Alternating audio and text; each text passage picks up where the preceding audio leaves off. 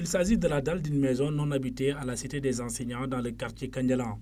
Cette cité a vu le jour vers les années 2008. Ce fut une initiative du syndicat de l'Union démocratique des enseignants réunis autour d'une coopérative. Une cité qui abrite 52 logements avec un engagement de coûts différents.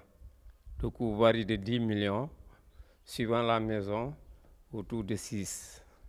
Ma maison a un coût d'une valeur de 10 millions.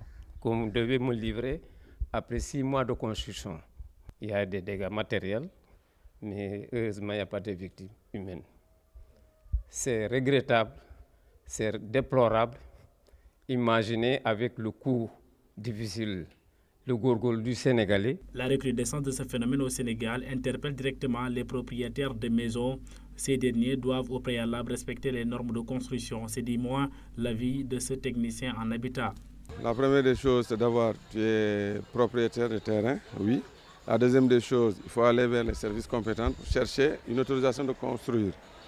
Maintenant, ils te font un plan, un devis complet, et après ça, vous déposez au niveau des services, c'est-à-dire, il y a les impôts et domaines, vous devez passer à la SNHLM d'abord, au cadastre pour le titre de propriété, la mairie et tout ça là. Et maintenant, les gens vont vous signer un document d'autorisation de construire.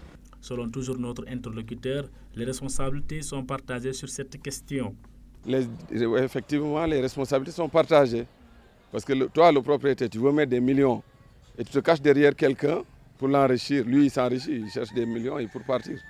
Maintenant, si vous voulez avoir un bâtiment conforme et tout, mais cherchez un professionnel du milieu qui peut vous faire ça. Passez dans les services responsables de l'État pour au moins faire ce qu'il faut. C'est-à-dire d'abord avoir un plan de maison. Les charges, il faut les partager pour savoir la dalle supporte quel poids.